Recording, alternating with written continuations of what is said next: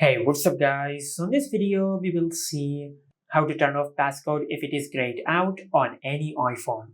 Now to do that, just open settings, then tap on Face ID and passcode, then enter your lock screen PIN, and from here you will find the option of turn off passcode.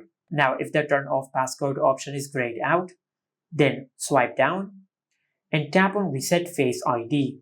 Now after you reset Face ID, the turn off passcode option will not be grayed out. Now just tap on it and select turn off. Then enter the password of your Apple account. Now just enter your current passcode. Now you can either select turn off passcode and remove iCloud chain, or you can select keep using iCloud chain. And once you do that, you will remove the passcode on your iPhone. Just like that. And this is how you can turn off the passcode if it is grayed out on any iPhone. Make sure to like, comment, and subscribe. Thank you for watching.